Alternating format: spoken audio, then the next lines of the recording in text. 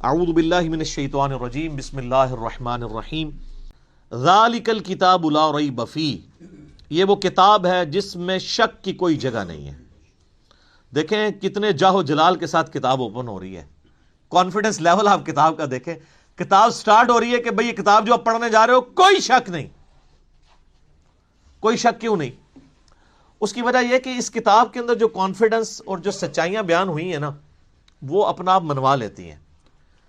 اور اس میں یہ بھی امپلائڈ تھا کہ جو سابقہ امتیں ہیں نا، جیوز اور کرسچنز، ان کو اس میں کوئی شک نہیں ہے۔ جس طرح کہ سورہ الانعام میں آتا ہے کہ نبی علیہ السلام کو ایسے پہچانتے ہیں جس طرح اپنے بیٹوں کو، اور سورۃ الاعراف میں آتا ہے کہ یہ اس نبی کو، نبی امی کو اپنے اندر پا رہے ہیں جس کی صفات وہ تورات اور انجیل کے اندر پڑھتے تھے۔ یعنی یہ کتاب کوئی شک نہیں ہے کہ یہ وہی کتاب ہے، مراد یہ کہ یہ وہی کتاب ہے جس کی پروفیسیز تورات اور انجیل کے اندر موجود تھی، کوئی شک نہیں ہے۔ ان معنوں میں بھی بے شک یہ وہی کتاب ہے جس کا تمہیں انتظار تھا، اور ان معنوں میں بھی کہ یہ اللہ کی طرف سے نازل ہوئی ہے، اس میں کوئی کنٹراڈکشن نہیں ہے، یہ اللہ کی کتاب ہے۔ دونوں اعتبار سے یہ شک سے پاک ہے، جو سورہ النساء کی آیت نمبر 82 میں بھی آگے چل کے آئے گا کہ اگر قرآن کسی اور کی طرف سے آتا اللہ کے سوا تو تم اس میں بڑا اختلاف کثیر پاتے، یعنی اس کی آیات آپس میں ٹکرا رہی ہوتی، ایک مضمون کچھ اور کہہ رہا ہوتا، دوسرا اس کے بالکل اپوزٹ۔ تو اتنی موٹی کتاب بغیر ٹکراؤ کے یہ اللہ کا کلام ہے۔ اور پھر اس کا جو کانفیڈنس لیول ہے نا، یہ کئی لوگوں کو بڑا اپیل کرتا ہے۔ یہ عبد الرحیم گرین جو ہے نا، مسلمان ہوئے ہیں نا، جو اس وقت انگلینڈ کے اندر بہت بڑے ایک مسلمان سکالر ہیں، وہ ایسا بندہ ہے کہ یعنی اس وقت جتنے لوگ مسلمان ہوئے ہیں نا، بڑے ہائی ٹیر پہ لوگ، ان میں اس طرح کا بندہ کوئی نہیں ہے۔ یوسف ایسٹس اگر ہیں تو یوسف ایسٹس جو تھے امریکن یعنی پروٹیسٹنٹ ایک پریسٹ تھے، وہ مسلمان ہوئے ہیں۔ لیکن یہ جو عبد الرحیم گرین ہے نا، اس نے دنیا کے سارے مذاہب پریکٹیکلی پھرے ہیں۔ یہ 4 سال تک بدھسٹ بھی رہے ہیں، کرسچن بھی رہے ہیں، سارے مذاہب پھر کے اینڈ پہ یہ اسلام کی طرف آئے ہیں۔ آپ ان کی لائف سٹوری بھی انگلش میں رکھی ہوئی ہے جو انہوں نے سنائی ہے۔ تو وہ عبد الرحیم گرین کہتے ہیں کہ جب مجھے قرآن یعنی جب میں نے پڑھنا شروع کیا نا، تو میں یعنی قرآن پاک کے کانفیڈنس سے بڑا متاثر ہوا کہ یہ بڑے یعنی پیشن کے ساتھ بات کرتا ہے، نمبر 1۔ نمبر 2، وہ کہتا ہے قرآن میں اس طرح کا ربط نہیں ہے جو انسانی کتابوں میں ہوتا ہے، کیونکہ قرآن کا سٹائل خطبے کا ہے، جو میں پہلے ایڈریس کر چکا ہوں۔ یہی بات اس نے جوشوا نے بھی کی، جس کا پچھلے دن ہم نے کلپ بھی چڑھایا تھا، how Bible led me to accept Islam. تو وہ بھی یہ کہتا ہے قرآن کا جو کانفیڈنس ہے نا، کہ ایسا کرو تو کامیاب ہو، ایسا نہیں کرو گے تو یہ ہو جائے گا۔ آپ یقین کریں، دنیا میں سخت سے سخت طبیعت والے بندے کی کتاب اٹھائیں نا، اس میں آپ کو وہ اعتماد اور وہ پیشن نظر نہیں آئے گا جو کتاب اللہ کے اندر آپ کو نظر آتا ہے۔ یہ خدا، الہ، مالک، رب ہی اپنی مخلوق سے اس طریقے سے بات کر سکتا ہے۔ انسان جتنا مرضی بڑا ہو جائے، وہ اس طریقے سے گفتگو کر ہی نہیں سکتا، چاہے بھی تو نہیں کر سکتا۔ یہ اس کتاب کے اندر زور ہے۔ لا ریب فیہ ھدی للمتقین، اگر فی ہی کو آپ آگے ملا لیں، لا ریب پہ آپ وقف کر لیں، تو پھر یہ معنی بنے گا کوئی شک کی جگہ نہیں ہے۔ فی ہی ھدی للمتقین، اس میں ہدایت ہے پرہیزگاروں کے لیے۔ فی کو پیچھے کر لیں تب بھی معنی میں کوئی فرق نہیں پڑتا۔ ھدی للمتقین، یہ قرآن ہدایت ہے ان لوگوں کے لیے جو ڈر جائیں۔ یہ ترجمہ اصل ترجمہ ہے اس کا۔ وقا عربی میں کہتے ہیں نا بچنے کو۔ اچھا، ہم جب کہتے ہیں نا قرآن میں ہدایت ہے پرہیزگاروں کے لیے، یہ ترجمہ کر رہے ہوتے ہیں۔ اچھا، تو جو نان پرہیزگار ہیں ان کے لیے ہدایت کہاں ہے؟ سوال ہے نا۔ تو اس کا معنی ہی غلط کیا گیا ہے۔ اس کا ترجمہ مولانا مودودی رحمہ اللہ تعالیٰ نے بالکل ٹھیک کیا کہ یہ کتاب ہدایت ہے ان لوگوں کے لیے جو ڈر جائیں، چاہے وہ کافر ہے، چاہے مسلمان ہے، چاہے گناہ گار ہے، چاہے نیکوکار ہے۔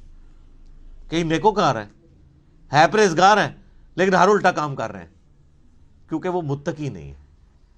پرہیزگار یعنی جو آپ نے لائسنس رکھے ہوئے ہیں، داڑھی، شلوار ٹخنوں سے اوپر، تسبیح، ٹوپی، یہ لائسنس ہی ہے نا کسی کی پرہیزگاری کا۔ آج دنیا میں کسی کو جج کرنے کا طریقہ کیا ہوتا ہے؟ بڑا نیک ہے، وہ کیا دیکھ رہے ہوتے ہیں؟ یہی کچھ دیکھ رہے ہوتے ہیں، گیٹ اپ۔ حالانکہ تقویٰ تو ادھر ہوتا ہے، وہ تو اللہ کو پتہ ہے ریاکاری کے لیے کر رہا ہے، دکھلاوے کے لیے کر رہا ہے، کس لیے کر رہا ہے۔ بہرحال جو دنیا کے لائسنس ہیں ان میں جو پرہیزگار ہیں ان میں سے کئی لوگ ہیں جو متقی نہیں ہیں۔ تو ہدی للمتقین، یہ ہدایت ہے ان کے لیے جو ڈر جائیں. جو بھی ڈر جائے اس کو لیے قرآن کے اندر ہدایت ہے، اور جو نہ ڈرے اس کے لیے قرآن میں کوئی ہدایت نہیں. یہ بڑی خطرناک بات ہے. قرآن سٹارٹ اس سے لے رہا ہے کہ قرآن میں ہدایت اس کے لیے ہے جو ڈر جائے، اور جو نہیں ڈرے گا کوئی ہدایت نہیں. آگے چل کے آئے گا شہر رمضان الذی انزل فیہ القرآن ھدی للناس وبینات من الہدی والفرقان. رمضان کا مہینہ وہ ہے جس میں قرآن نازل ہوا ھدی للناس، پوری انسانیت کے لیے ہدایت ہے. وہاں تو متقی کا بھی ذکر نہیں آیا، پوری انسانیت چاہے کافر ہے چاہے مسلمان ہے. وبینات من الہدی، اور اس میں ہدایت کے بڑے بڑے روشن دلائل ہیں. والفرقان، اور حق اور باطل میں تمیز کرنے والی کتاب ہے یہ. اچھا، یہ الفرقان نبی الاسلام بھی ہے.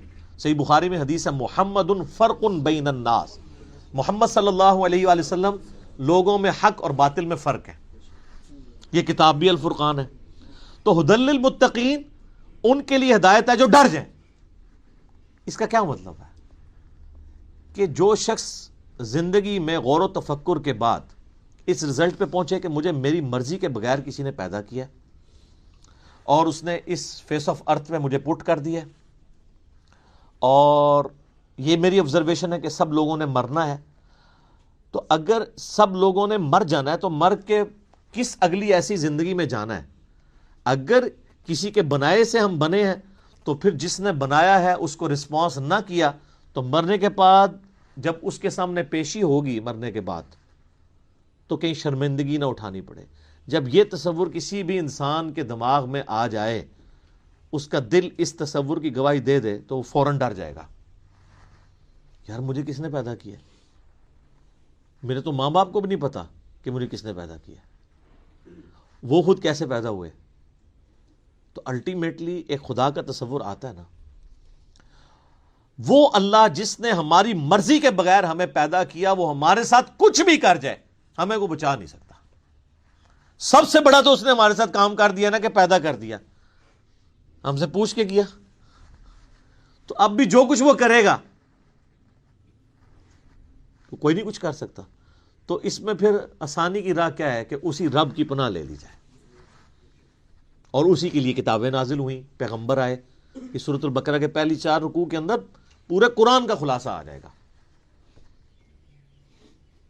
تو جب ایسا شخص غور و تفکر کرے گا نا تو فوراً اس کے اندر ایک ڈر پیدا ہوگا، یار میرا کیا بنے گا؟ کہیں میں نے جانا ہے، کسی کو منہ دکھانا ہے، میں کیا کروں؟ تو اس کے لیے پھر قرآن میں ہدایت ہے. ایسا شخص الٹیمیٹلی قرآن تک بھی پہنچ جائے گا، پیغمبروں کی تعلیمات تک بھی پہنچ جائے گا، اور ایسا شخص جب قرآن کو پڑھے گا تو اسے ہدایت ملے گی. فذکر بالقرآن من یخاف وعید، اے نبی الاسلام قرآن سے اسے نصیحت کریں جو اللہ کی دھمکی سے ڈر جائے. کتنی حیران کن بات ہے. نبی الاسلام کو منع کیا گیا جو دھمکی سے نہیں ڈرتا اس کے لیے کوئی نصیحت نہیں ہے. فذکر ان نفعت الذکر، نصیحت کرو اگر نصیحت کرنا کسی کو فائدہ دیتا ہو. سیذکر من یخشی، نصیحت اس کو کریں جو ڈرتا ہے. وَيَتَجَنَّبُهَا الْأَشْقَى، اور جو شکی ہو چکا ہے، بدبخت ہو چکا ہے، ڈرنے کے لیے تیار نہیں، چھوڑ دیں. الَّذِي يَصْلَى النَّارَ الْكُبْرَى، اس کا علاج یہ کہ ہم اسے بڑی آگ پہ پیش کریں گے. ثُمَّ لَا يَمُوتُ فِيهَا وَلَا يَحْيَا، پھر وہ نہ وہاں پر زندوں میں ہوگا نہ مردوں میں. قَدْ أَفْلَحَ مَن تَزَكَّى، بے شک کامیاب وہ ہوا جس نے اپنے نفس کا تزکیہ کر لیا، پاکیزگی کی روش اختیار کر لی. وَذَكَرَ اسْمَ رَبِّهِ فَصَلَّى، اور اپنے رب کا نام لے کر نماز قائم کی، نماز پڑھی. آپ دیکھیں کہ سورہ الاعلیٰ، اس کو آپ پورے کے پورا یعنی ایک جو اللہ کی دعوت ہے اس کو کیا کرتی ہے.